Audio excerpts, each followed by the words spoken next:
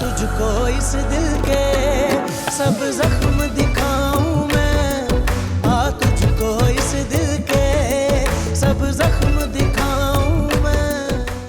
अब फैसले में वक्त कितना बचा है? 5 बजे का तो निकाह है। तो ठीक है, सिर्फ उनैजा का निकाह होगा, फारिया का निकाह हम शादी के दिन करेंगे। हसन, पापा नहीं मानेंगे। नहीं मानेंगे तो ना माने, उनकी मर्जी। तो फिर फरिया और फवाद का निकाह आज ही होगा। अरे मम्मा, अब अगर निकाह ना हुआ तो मुझे तो हालात बहुत बिगड़ते नजर आ रहे हैं। आज तो सच मैं बहुत ही ज़हनी दबाव में था। भाई आफा भी ऐसी हैं, वो तो बात समझ में आई, लेकिन मैं कभी तसव्वुर भी नहीं कर सकता था कि नवाज साहब ऐसी जिद करेंगे। बड़े ऐसे ही होते हैं, कभी कभी बच्चों की तरह जिद करते हैं। कभी देखा ना, बच्चे जिद में बड़ों को यहां तक ले आते हैं कि वो अपने बाल नोचने लगते हैं। बाय द वे, मैं भी जिद्दी तबीयत की हूं, किसी चीज का ठान लूं उसे करके छोड़ती हूँ। अच्छा, वैसे आप ऐसी लगती नहीं हैं। तो फिर मैं कैसी लगती हूँ? टू बी ऑनेस्ट, मैंने कभी सोचा ही नहीं। तो फिर सोचिए ना। नहीं, वो घर के मसाइल के अलावा ऐसी बहुत सारी चीजें हैं जिन्हें हमा वक्त मेरी फुर्सत का इंतजार रहता है। कभी कभी मुझे ऐसे लगता है कि मैं तुम्हारे साथ किसी उर्दू की क्लास में बैठी हूँ। जी जी, वो शेर शायरी मुझे बड़ी पसंद थी, बल्कि है, लेकिन पढ़ने का वक्त ही नहीं मिलता। फिर तो जनाब का मिजाज बड़ा आशिकाना होगा। इससे पहले मुझे इश्क का जुकाम होता, मेरी शादी हो गई। फिर तो बहुत अफसोस की बात है। बहुत। हंसते हुए बहुत अच्छे लगते हैं। अगर आपका खाना हो गया तो चले? क्यों? बीवी की याद आ रही है, या फिर उसकी घूरती हुई तंजिया नजरों का ख्याल? माफ कीजिए, लेकिन हानिया मुझ पर बहुत भरोसा करती है। फिर तो ये आपकी गलत फहमी है। बीवी अपने शौहर पर कभी भरोसा नहीं करती। ये इख्तिलाफी बात है और मुझे इख्तिलाफी बातों से चिढ़ है। ओह, हम ये बात याद रखेंगे।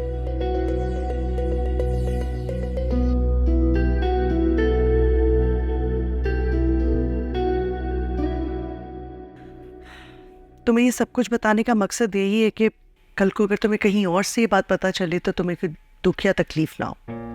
लेकिन मैं तो बहुत डर गई थी मामी। मम्मी का गुस्सा तो आप जानती ही हैं। हाँ, इसीलिए तो तुम्हें समझाती हूँ कि तुम्हारे अपने घर में जो भी बात हो उसका जिक्र प्लीज आपा भी से मत करना। समझती हूँ मैं इस बात को मामी, मैं अच्छी तरह से जानती हूँ इस तरह करने से दिलों में नफरतें पैदा होती हैं। समझाना तो मैं उनैजा को भी चाहती हूँ, लेकिन उसको मेरे साथ बैठना अच्छा ही नहीं लगता। उसके मिजाज से तो आप वाकिफ ही हैं। देखो जरा, उसको उसके मुताबिक ही घर मिला है जहाँ उसे कुछ करना ही नहीं पड़ेगा। अरे हाँ, अमेरिका में तो वो और राहिल बिल्कुल अकेले रहेंगे। हाँ, है कहाँ? सो रही है अभी तक? नहीं, असल में शॉपिंग पे जा रही है राहिल के साथ, बस वो आने वाले हैं उसे लेने। वो अच्छी बात है, चलो और भी अंडरस्टैंडिंग बढ़ेगी उनकी। इसीलिए तो अम्मी ने भी इजाजत दे दी है। अच्छी बात है।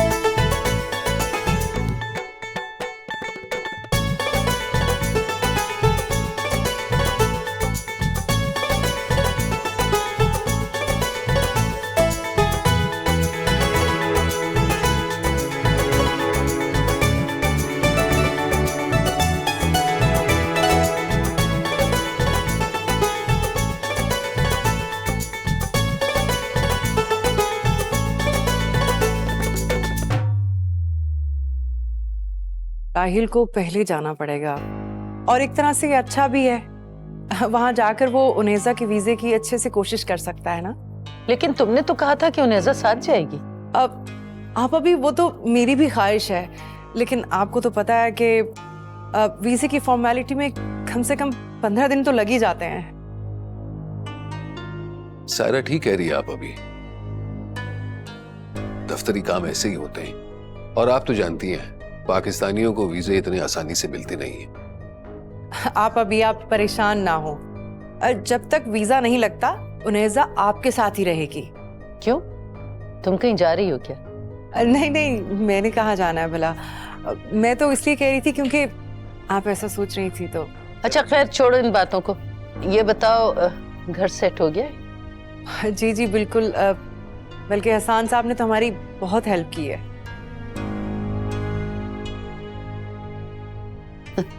ये तो सभी की मदद करते हैं, दोस्तों के दोस्त।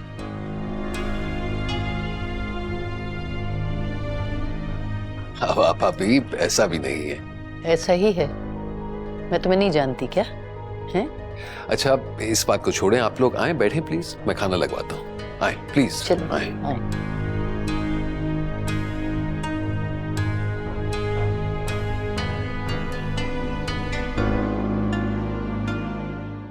तो इसमें इतना हंगामा खड़ा करने की क्या जरूरत है? उनकी इस जल्दबाजी की वजह से फवाद और फारिया का रिश्ता दाव पे लग गया था, शायद आप भूल गए। बहुत अच्छी तरह याद है कि तुम्हारे पापा की बेजा जिद की वजह से वो दोनों सूली पर चढ़ने को तैयार हो गए थे। मेरे पापा की जिद की वजह से?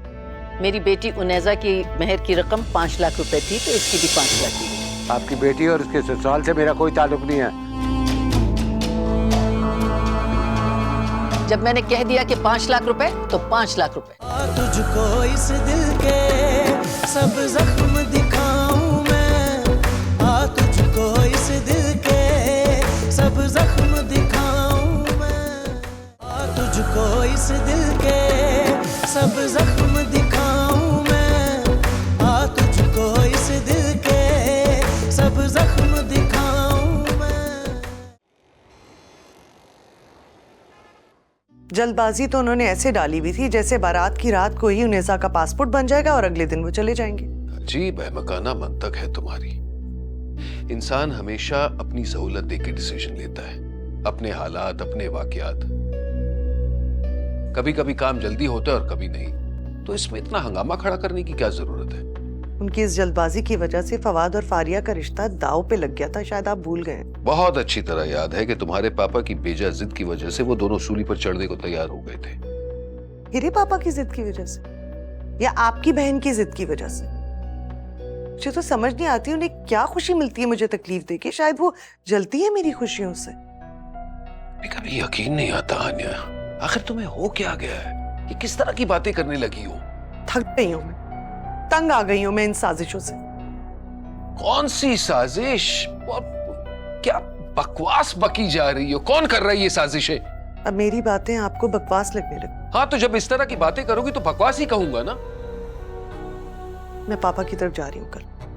तुम्हारी मर्जी भाई, तुम्हारा इख्तियार है, जहां रहना चाहती हो रह लो।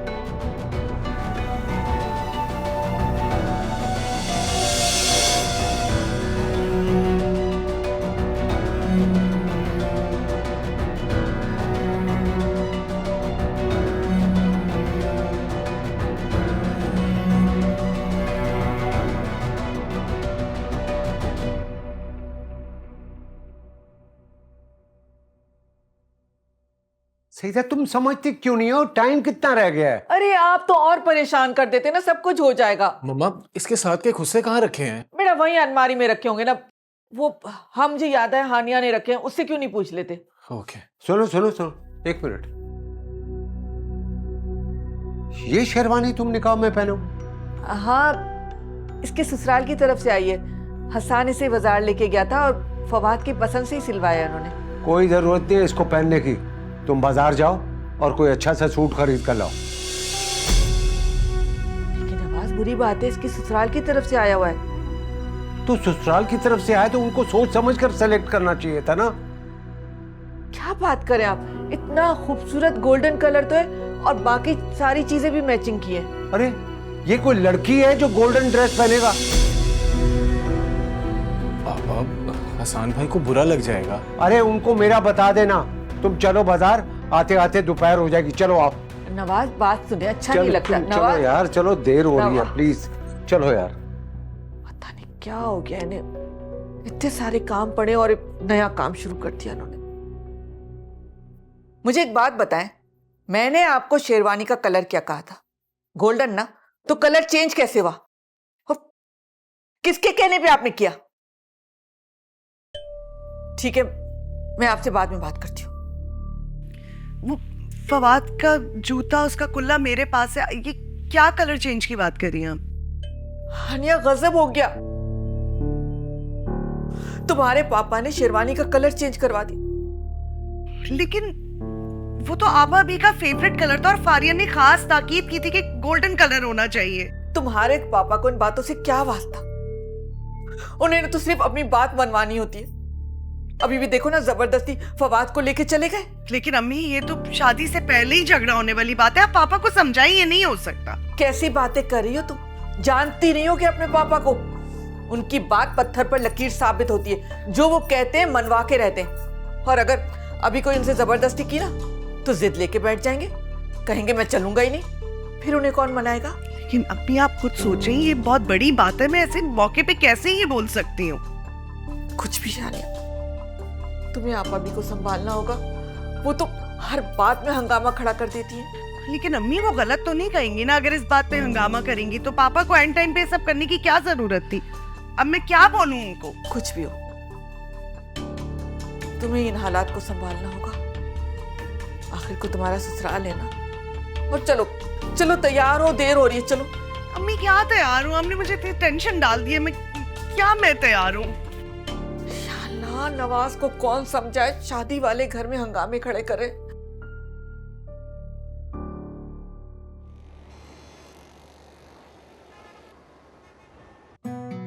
कहाँ रह गए हो तुम? बड़े अफसोस की बात है, तुम्हारी भांजी की शादी है और तुम अपने मसलों में फंसे हुए हो।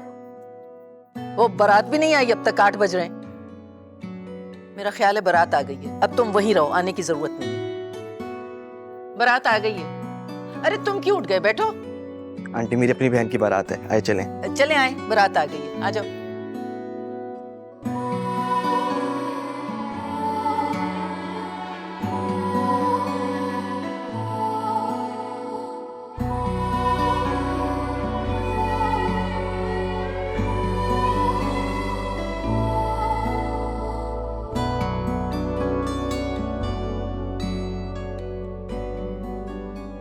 मौलवी साहब, निकाह शुरू करें। महर की रकम कितनी रखनी है? 1 लाख। 5 लाख रुपए। 1 लाख रुपए नहीं। 5 लाख क्यों? बात तो 1 लाख रुपए की हुई थी। देखिए, मेरी बेटी उनैजा की मेहर की रकम 5 लाख रुपए थी, तो इसकी भी 5 लाख की। आपकी बेटी और उसके ससुराल से मेरा कोई ताल्लुक नहीं है। जब मैंने कह दिया कि 5 लाख रुपए, तो 5 लाख रुपए। देखिए, अगर मेरी मर्जी नहीं चलेगी ना, तो मैं इस शादी में नहीं बैठूंगा। अब हर जगह आपकी मर्जी नहीं चल सकती, समझ आई आपको? पापा, आप ये क्या कह रहे हैं? तुम्हारी सास क्या कह रही है? मेहर की रकम 5 लाख ही होगी। आप हकमेर की बात तो पहले ही तय हो गई थी ना, अब आप ये क्यों कर रही हैं? तुम बीच में मत बोलो, खामोश रहो।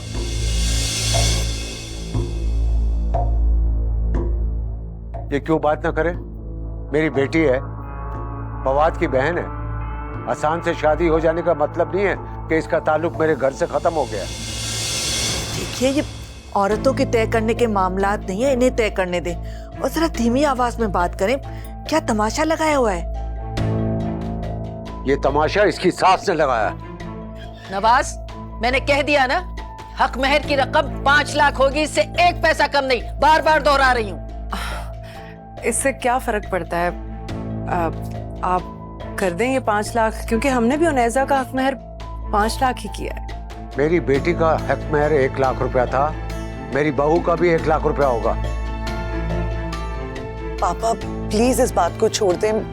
सब लोग देख रहे हैं, क्या कहेंगे लोग? अरे नवाज, रहने देना, कोई फर्क नहीं पड़ता। और 5 लाख कोई इतनी बड़ी रकम नहीं। अगर इनकी खुशी इसी में, तो करने दे इनको उनकी मर्जी। प्लीज पापा, मान जाए ना। देखिए, अगर मेरी बात ना मानी गई तो मैं इस निकाह में शरीक नहीं होऊंगा। बस। नवाज बात तो सुने।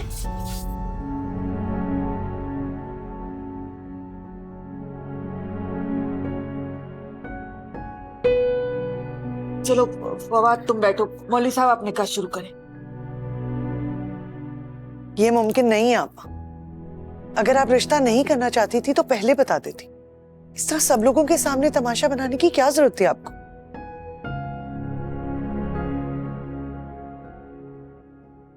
मामा, मैं पापा को नाराज करके ये निकाह नहीं करूंगा।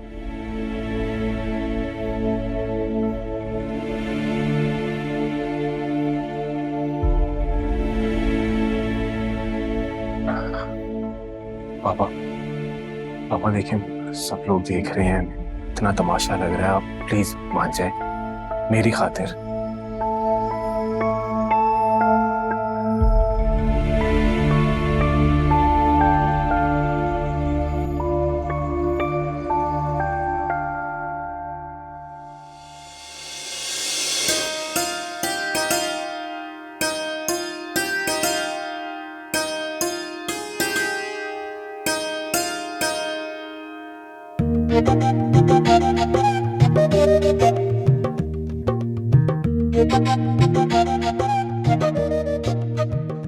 फवाद वल नवाज आपको फालिया बिनते सलमान से 5 लाख रुपए हक महर, ये निकाह कबूल है? जी कबूल है।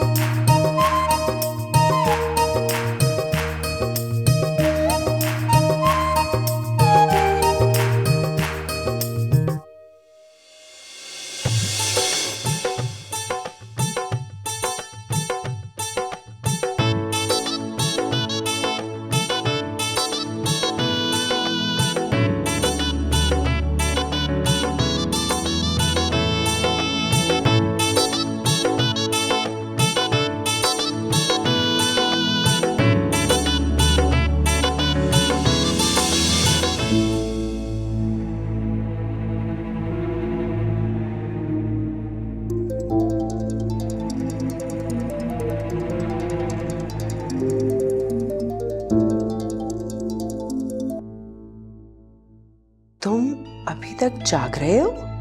हाँ, वो दरअसल हानिया और बच्चे ससुराल गए हैं ना, इसलिए नींद नहीं आ रही। अगर तुम्हें डर लग रहा है तो मैं आ जाऊं? नहीं भाई, ये तो और भी खतरे वाली बात होगी। रात को मुझे चाय पीने की आदत है ना, और हानिया की गैर मौजूदगी की वजह से आज मैंने चाय पी नहीं है। तो इसमें क्या मुश्किल है? उठो और जाके चाय बना लो अपने लिए। हाँ, लेकिन हानिया ने मुझे कभी घर का काम करने ही नहीं दिया, तो आदत नहीं रही ना।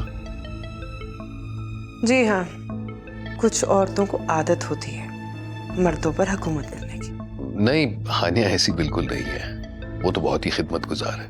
अच्छा, तो इस वक्त यहाँ क्यों नहीं है तुम्हारी चाय बनाने के लिए? इस वक्त कौन आ गया? अच्छा, मैं तुम्हें बस 5 मिनट बाद कॉल करता हूँ।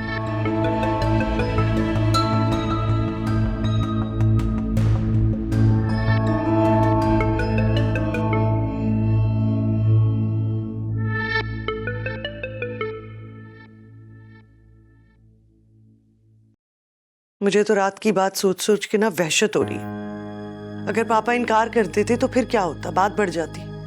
तो तुमने अपने पापा से पूछा नहीं कि उन्होंने ऐसा क्यों किया? नहीं, मुझे रात से अभी तक मौका नहीं मिला उनसे बात करने का।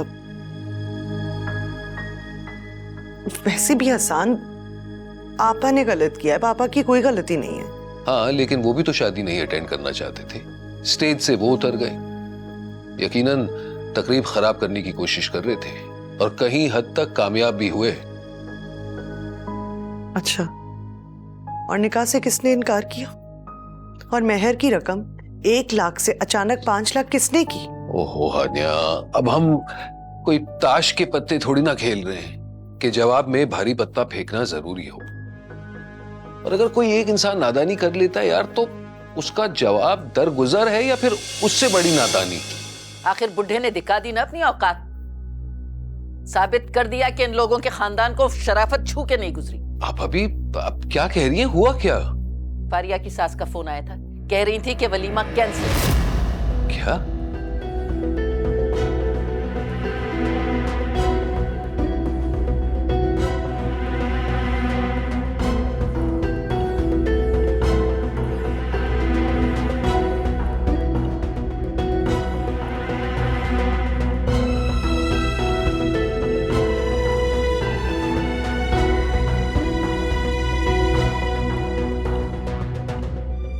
तुम्हें कोई सजा नहीं दे रहा हानिया।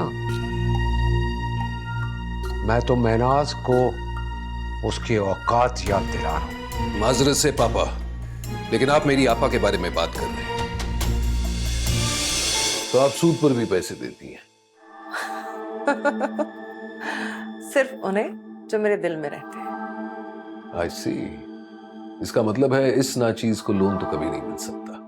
तुझको इस दिल के सब जख्म दिखाऊं मैं, तुझको इस दिल के सब जख्म दिखाऊं मैं, तुझको इस दिल के सब जख्म दिखाऊं मैं, तुझको इस दिल के सब जख्म दिखाऊं मैं।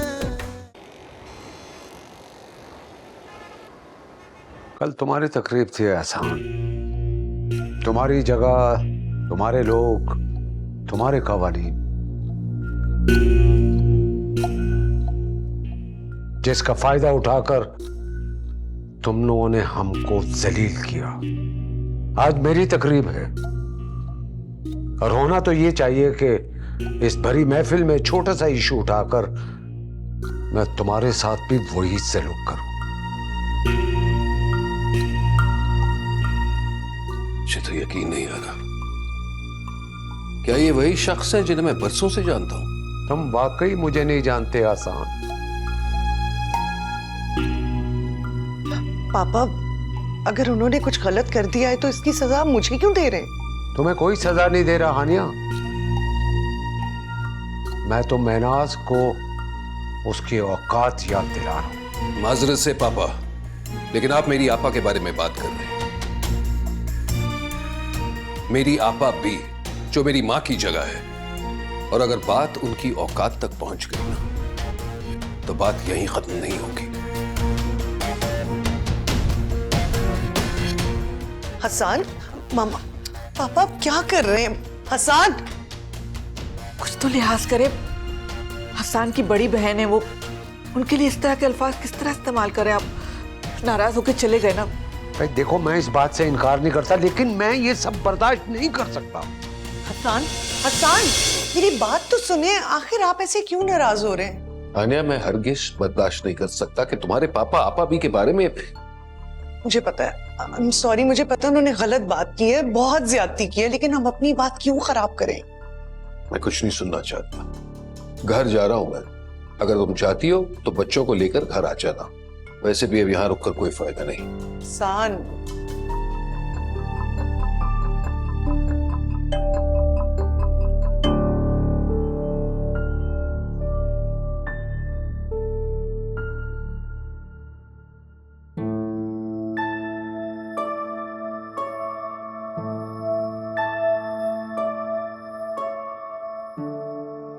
अगर अम्मी यहाँ आई तो बहुत ज़्यादा फसाद होगा फवाद। उन्हें किसी भी तरीके से यहाँ आने से रोकना होगा।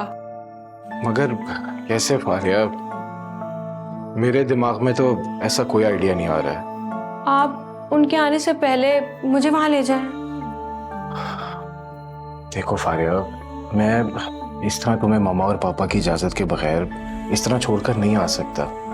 और सुनो, मैं उस दिन के लिए बहुत शर्मिंदा हूँ कि इसमें आपका कोई कसूर नहीं है फवाद। ना ही मैं अंकल को कसूरवार समझती हूँ। उनका हक था कि जो उनको मुनासिब लगे वो वही फैसला करें। हाँ, पर इतने मेहमान आए हुए हैं फारिया, अब एक एक को पकड़कर हम वजाहत तो नहीं कर सकते ना।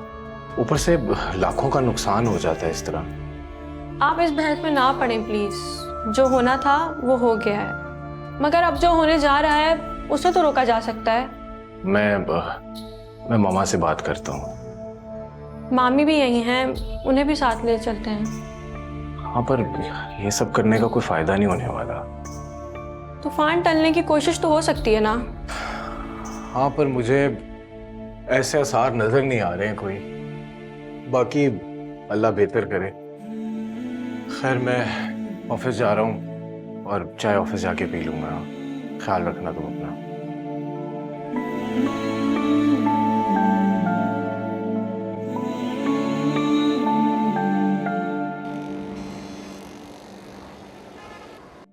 ये कोई अच्छी बात है हसन? परेशानी चाहे जो भी हो, खाने पीने से क्या लड़ाई है? रात को भी कुछ नहीं खाया, सुबह को नाश्ता भी नहीं किया। भाई तुम तो जानती हो मेरी भूख मर जाती है, और ऊपर से ये परेशानी मजीद बढ़ती जाती है। माफ करना, ये तो तुम्हारी बीवी का काम है ना कि वो अपने वालिद साहब को समझाए। आपा बीवी उसकी नंद है, अगर कुछ ऐसा होता है तो उसकी अपनी भी तो अस्तबाजी जिंदगी खराब होगी ना। नहीं सायरा, इसमें हानिया का कसूर नहीं है। आपा भी उसकी बात सुनती नहीं, नवाज साहब उसकी बात मानते नहीं। वो बेचारी करे भी तो क्या करे। इस लड़ाई से फारिया की सारी खुशी खत्म हो गई होगी। हाँ, मैं भी यही सोच रहा था कि उन दोनों बच्चों का क्या होगा। उनके बारे में तो कोई सोचता नहीं है। अरे भाई, ये उनके हंसने खेलने के दिन हैं और इस माहौल में कोई शादी होती है। उनैजा भी अपसेट होगी। मगर राहिल तो उसे आपा भी के पास ले जाने वाला था। हाँ, जब तुमने वलीमा कैंसिल होने के बारे में बताया था, मैंने उसी वक्त उनको वहां भिजवा दिया था। अभी इस वक्त तो वो वहीं पर होंगे। और वैसे तुम्हारा क्या प्लान है? जो तुम कहो।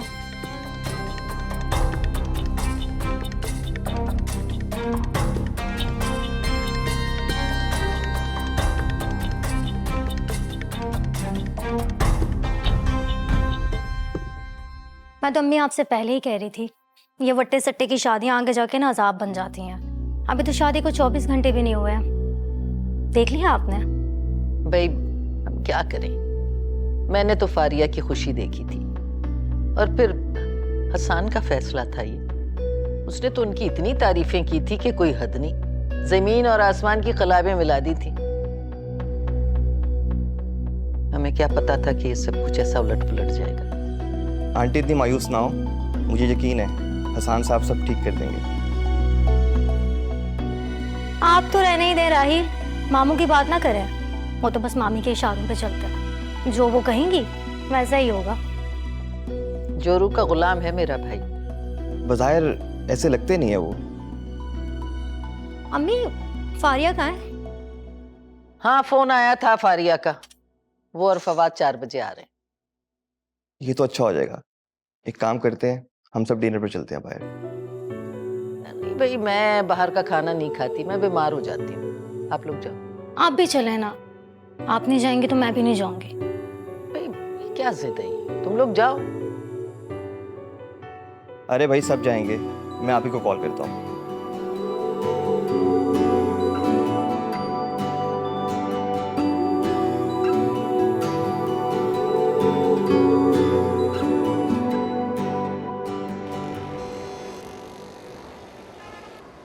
अच्छा जी, अरे वाह, चलो भाई एंजॉय करो।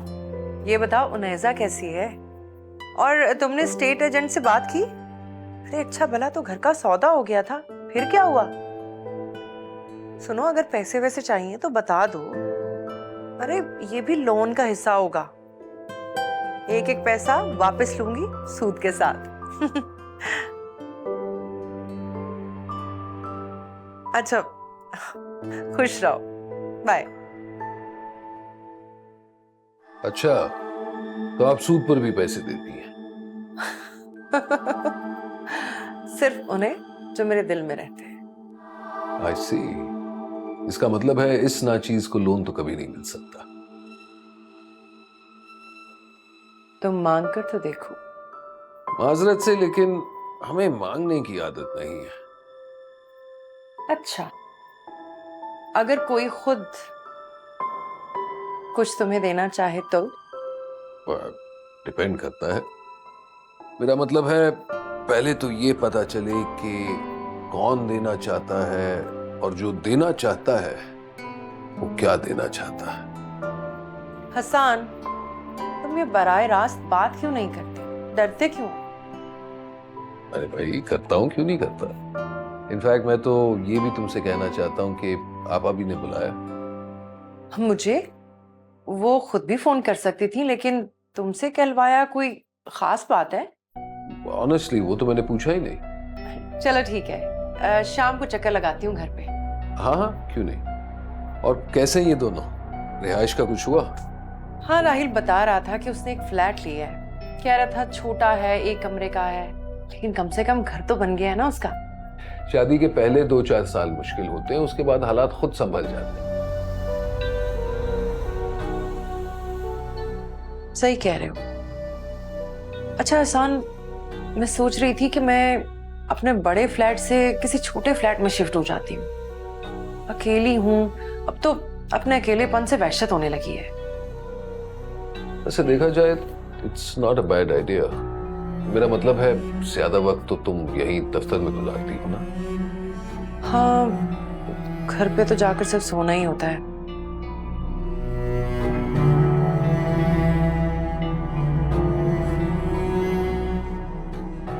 कॉफी पियोगे? ठीक।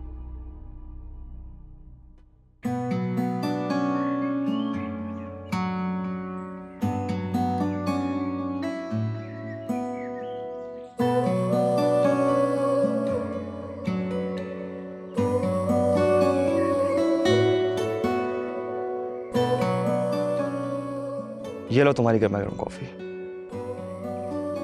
थैंक्स। तुम अभी तक तैयार नहीं हुई? मेरा दिल नहीं चाह रहा बाहर जाने को। Are you okay? हाँ, सुने कि हम कराची वापस जा सकते हैं। मुझे यहाँ ज़्यादा मज़ा नहीं आ रहा। अरे अरे, मतलब नई दवेली दुल्हन को अपने हनीमून पे यहाँ मज़ा नहीं आ रहा, ये क्या बात हुई? मैं ना बहुत जल्द उकता जाती हूँ रूटीन से। एक काम करो, तुम मामा या फारी को कॉल कर लो, तुम्हारा मूड अच्छा हो जाएगा। कर लूँ क्या मामा को कॉल? ओके, आती हूँ।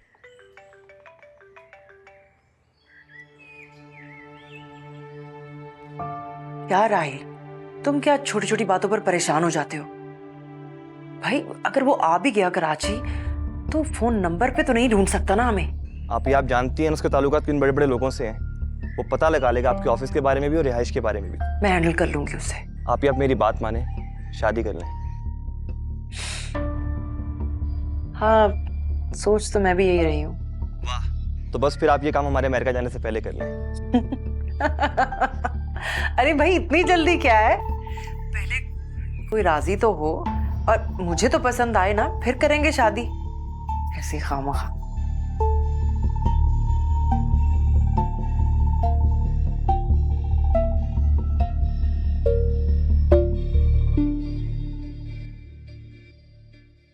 ये लो फारिया, फवाद को समझाओ, कब तक वो अपने बाप के बिजनेस में मैनेजर बन के गुजारा करता रहेगा?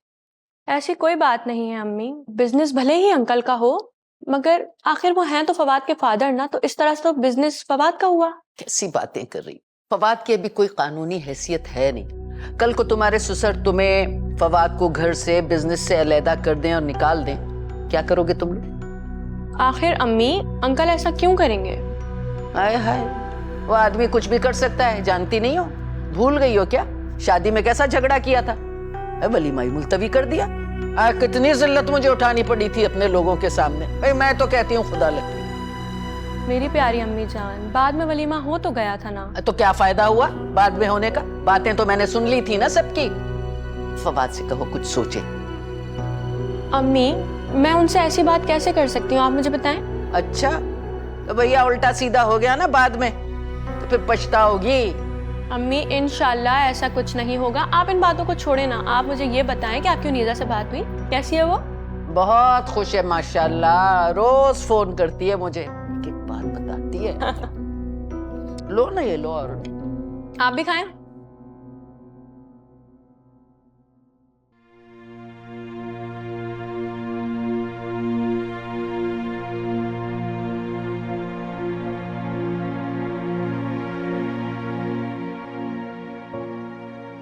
मामा, मामा उठे।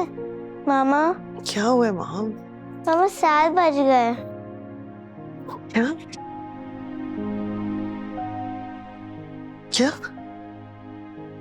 वही 7 बज के, मेरा अलार्म भी नहीं बजा। बाबा कहाँ है? बाबा शायद वॉशरूम में होंगे। चलो चलो, बहुत देर हो गई, उठो उठो उठो।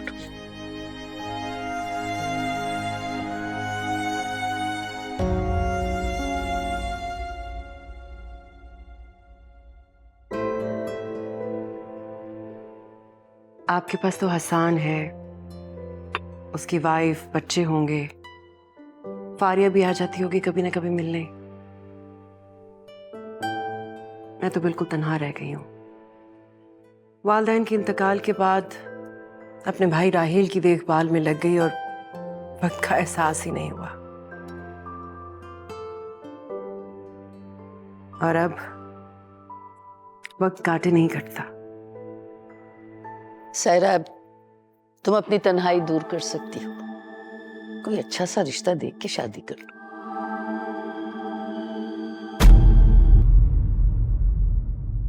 आ तुझको इस दिल के सब जख्म दिखाऊं मैं, आ तुझको इस दिल के सब जख्म दिखाऊं मैं, आ तुझको इस दिल के सब जख्म दिखाऊं मैं, आ तुझको इस दिल के सब जख्म दिखाऊं मैं। अजीब सी बात है, तुम पहली शादी के लिए राजी नहीं हो रही और मैं हसन की दूसरी शादी करने का सोच रही हूँ। हसन की दूसरी शादी? कैसी बातें कर रही हो हानिया? किसी को खुद के घर में डर लगता है क्या? मुझे आपके बगैर इस कमरे में वहशत होती है हसन। खुदा के लिए हानिया, बच्चों जैसी बातें मत करो। एक तो वैसे ही मैं सायरा की वजह से परेशान हूँ और ऊपर से तुम। सायरा की वजह से परेशान? क्या मतलब है इस बात का? आप सायरा की वजह से परेशान हैं? आप क्यों है उसकी वजह से परेशान? अच्छा मम्मा, मैं और फारिया थोड़ी देर के लिए आंटी महनाज की तरफ चले जाएं? हाँ हाँ, क्यों नहीं। जब ये पहले से तय था तो बीमारी का बहाना बनाकर हैदराबाद से आने की क्या जरूरत थी?